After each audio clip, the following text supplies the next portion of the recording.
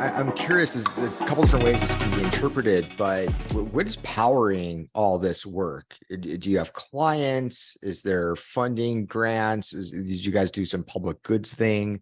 But how is this all working, and what's driving this? Well, if you only eat twice a day, then that can save some caloric requirements. Right now, genuinely, it's like down to passion. It's down to a couple of people that see what the problem is and how to how to contribute to it, and serving clients in the ways that it's useful for them now. So with Digital Gaia, we have like the backend already built out, and so we can do inference at scale. And now it's about turning that into a useful product for users. And so I don't know if I'm allowed. Yeah, Ralph will be fine with this.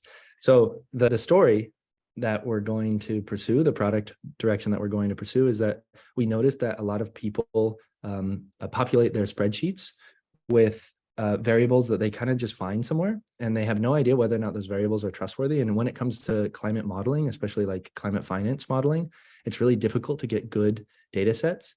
And so because we have this like highly collaborative, parallel, consensual way for many people to contribute to a collective understanding, and because we have such really excellent climate scientists and horticulturists, et cetera, that contribute to the back end, we can provide some of some of that data. Some of that data can start to be incorporated into people's spreadsheets as they start to make projections for the kind of impact that climate change is going to have, and that can then begin to influence decision making at the highest levels, if we can just make it available to people to get access to these data sets easily. And that way they have transparent, up-to-date, reliable, grounded in real data, data that's powering their underlying spreadsheets. So that's where we're going next. That's the new product direction. So if you know anyone who's interested in either having access to that or who wants to help, then I think that there's lots of opportunities to partner. Got it. I definitely want to explore that a little bit further, what that might look like, what would be ideal for you. But before, so I guess two questions. I'll just organize it that way. One is, I want to understand more pragmatically. Let's say you guys are just killing it for like the next 2 years. Where are you at in 2 years? What does the product realm look like in your mind's eye? How are people experiencing it? What value are you providing? And then the other part being, what does an ideal partnership look like? I mean, maybe those two things are combined, right? Maybe that's answered at the same time, but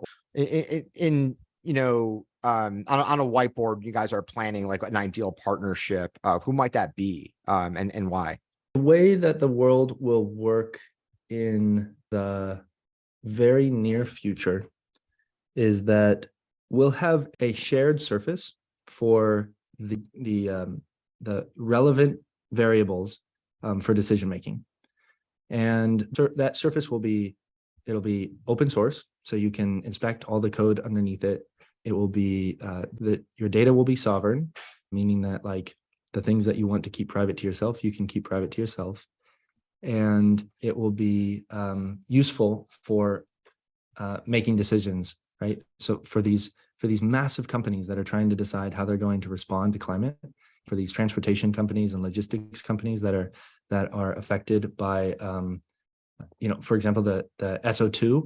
I don't know if you heard about how SO2 used to be included in gasoline, and it's no longer included or I guess in the fuel that was used to power shipping containers, and it's no longer included there.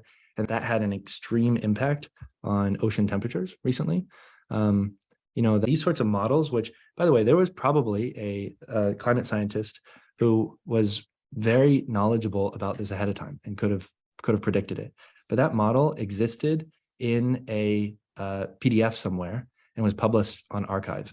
And that's excellent that it's on arXiv, and it's excellent that it's published, and it's excellent that it had the knowledge. But what would have been better is had that model been also published to a shared database of models where it could be run against historical data, and it could immediately have informed policymakers' decisions. And so what we're looking for are those scientists, right? What we're looking for are those people that have huge repositories of data. What we're looking for are those policymakers that want to make defensible decisions that are informed by and justified by underlying data and priors and models that have come from the people who are knowledgeable, who are in the know. And I think then the future can be one where the velocity of knowledge transfer from people working in research to those making decisions in the real world and back again, where that loop can become extremely tight. Instead of an annual loop, it can be a daily loop. And when we live in that sort of world, our ability to collectively respond to the climate crisis and the other crises that are just mounting will be, I think it'll just be transformed. And, the sense that I have of fear about that future comes from the fact that I would like to be able to participate in a way that doesn't have to take away from somebody else, where like I can have a conversation and that conversation can bubble up and that I can then listen into somebody else's conversation and then that conversation can bubble up.